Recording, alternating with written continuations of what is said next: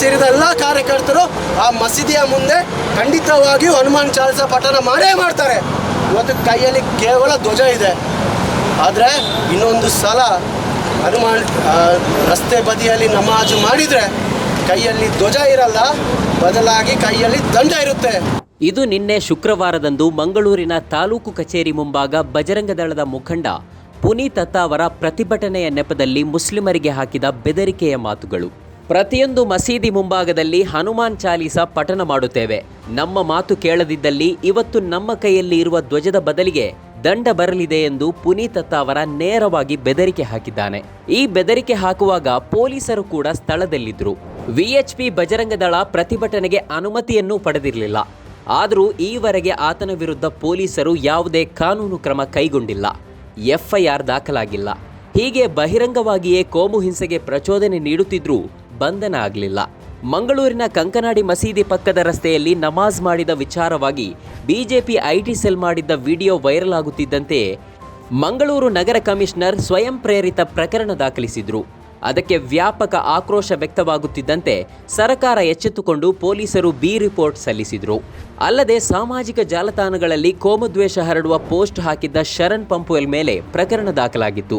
ಶರಣ್ ಪಂಪುವೆಲ್ ಮೇಲಿನ ಕೇಸ್ ಹಿಂಪಡೆಯುವಂತೆ ಒತ್ತಾಯಿಸಿ ಶುಕ್ರವಾರ ವಿಎಚ್ಪಿ ಬಜರಂಗ ದಳದಿಂದ ಪ್ರತಿಭಟನೆ ನಡೆಸಲಾಗಿತ್ತು. ಪ್ರತಿಭಟನೆಯಲ್ಲಿ ಮಾತನಾಡಿರುವ ಬಜರಂಗ ದಳದ ಮುಖಂಡ ಪುನೀತ್ ದತ್ತ ಅವರ ಇನ್ನು ಮುಂದೆ ಯಾರ ಅನುಮತಿಯನ್ನು ಪಡೆಯದೆ ಪ್ರತಿಯೊಂದು ಮಸೀದಿಗಳ ಮುಂದೆ ಹೋಗಿ ಹನುಮಾನ್ ಚಾಲೀಸ ಪಠಣ ಮಾಡ್ತೇವೆ.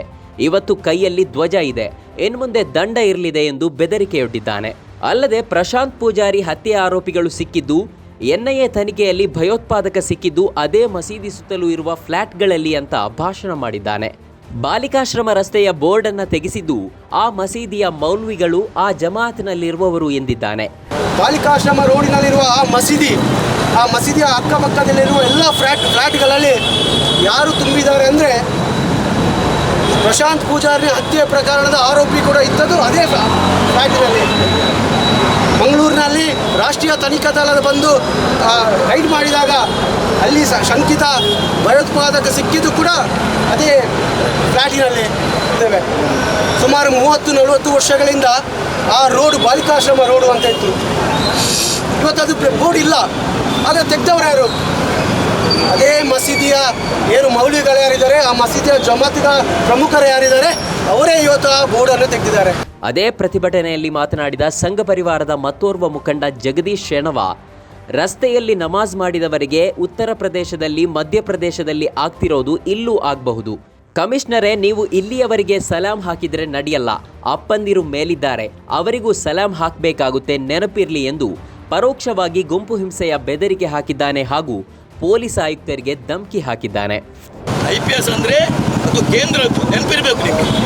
ಇವರಿಗೆ ಸಲಾಂ ಹಾಕಿದ ಕೂಡಲೇ ಆಗುದಿಲ್ಲ, ಅಲ್ಲಿ ಸಹ ಇದ್ದಾರೆ, ಅದರ ಅಪ್ಪಂದಿರು ಅಲ್ಲಿದ್ದಾರೆ, ಅವರಿಗೂ ಸಲಾಂ ಹಾಕಬೇಕಾಗ್ತದೆ. ರೋಡ್ನಲ್ಲಿ ನಮಾಜ್ ಮಾಡುವವರಿಗೆ ಉತ್ತರ ಪ್ರದೇಶದಲ್ಲಿ ಏನಾಗ್ತದೆ ಗೊತ್ತುಂಟು ನಿಮಗೆ, ಮಧ್ಯಪ್ರದೇಶದಲ್ಲಿ ಏನಾಗ್ತದೆ ಗೊತ್ತುಂಟು ನಿಮಗೆ. ಇದೇ ಪರಿಸ್ಥಿತಿ ಇಲ್ಲಿ ಆಗ್ಬೋದು. ಆದರೆ ವಿಪರ್ಯಾಸ ಅಂದರೆ ಯಾವುದೋ ಐಟಿ ಸೆಲ್ ಹರಡಿದ ವಿಡಿಯೋವನ್ನೇ ಆಧಾರವಾಗಿಟ್ಟುಕೊಂಡು ತುರ್ತಾಗಿ ಸ್ವಯಂ ಪ್ರೇರಿತ ಕೇಸ್ ದಾಖಲಿಸುವ, ಮಸೀದಿ ಆಡಳಿತ ಸಮಿತಿಯವರನ್ನು ಕರೆದು ಮುಚ್ಚಳಿಕೆ ಬರೆಸಿ ಕಳುಹಿಸುವ ಮಂಗಳೂರು ಪೊಲೀಸ್ ಕಮಿಷನರ್ ಇಷ್ಟೆಲ್ಲ ಬಹಿರಂಗ ದ್ವೇಷ ಭಾಷಣ ಕೇಳಿಯೂ ಕೂಡ ಮೌನವಾಗಿದ್ದಾರೆ ಯಾಕೆ? ರಸ್ತೆಯಲ್ಲೇ ನಿಂತು ಕೋಮುಗಲಭೆಗೆ ಕುಮ್ಮಕ್ಕು ನೀಡುವ, ಪ್ರಚೋದನಕಾರಿ ಹೇಳಿಕೆಗಳನ್ನು ಕೊಡುವ ಅಂಥವರ ವಿರುದ್ಧ ಕೇಸು ದಾಖಲಿಸಲು ಹಿಂದೇಟು ಹಾಕ್ತಿರೋದು ಯಾಕೆ? ನಮ್ಮ ಸಮಾಜದಲ್ಲಿ ಬೇರೆ ಯಾವುದಾದರೂ ಜಾತಿ ಧರ್ಮದ ವಿರುದ್ಧ ಈ ರೀತಿ ಬಹಿರಂಗ ಬೆದರಿಕೆ ಹಾಕಿ ದಕ್ಕಿಸಿಕೊಳ್ಳಲು ಸಾಧ್ಯವೇ? ಅಂತಹ ಸಂದರ್ಭದಲ್ಲಿ ಉಂಟಾಗಬಹುದಾದ ಸ್ಥಿತಿ ಊಹಿಸಲು ಅಸಾಧ್ಯ.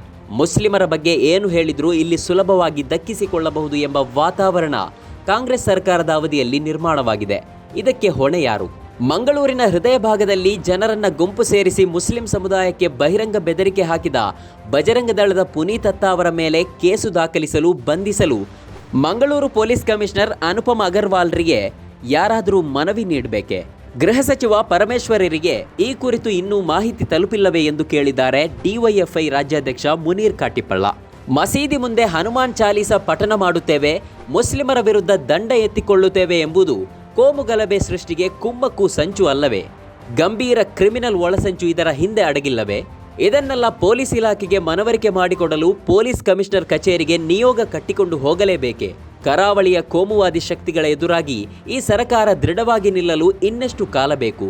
ಮತಾಂಧ ಶಕ್ತಿಗಳನ್ನು ಹದ್ದುಬಸ್ತಿನಲ್ಲಿಡಬಲ್ಲ IPS ಅಧಿಕಾರಿಗಳನ್ನು ಮಂಗಳೂರಿಗೆ ಕಳುಹಿಸಲು ಸರ್ಕಾರಕ್ಕೆ ಯಾರು ಅಡ್ಡಿ ಎಂದು ಮುನೀರ್ ಕಾಟಿಪಳ್ಳ ಕೇಳಿದ್ದಾರೆ. ಮಂಗಳೂರು ಪೊಲೀಸ್ ಕಮಿಷನರ್ ಅವರೇ ತಕ್ಷಣವೇ ಸೂಕ್ತ ಸೆಕ್ಷನ್ಗಳಡಿ ಮೊಕದ್ದಮೆ ಹೂಡಿ ಕೋಮುಗಲಭೆಗೆ ಬಹಿರಂಗ ಪ್ರಚೋದನೆ ನೀಡುತ್ತಿರುವ ಪುನೀತ್ ದತ್ತ ಅವರ ಶರಣ್ ಪಂಪಲ್ರನ್ನ ಬಂಧಿಸಿ ಕಾಂಗ್ರೆಸ್ ಸರ್ಕಾರ ಪರಿಸ್ಥಿತಿ ಕೈಮೀರುವ ಮುಂಚಿತವಾಗಿ ಎಚ್ಚೆತ್ತುಕೊಳ್ಳಲಿ ಎಂದು ಆಗ್ರಹಿಸಿದ್ದಾರೆ.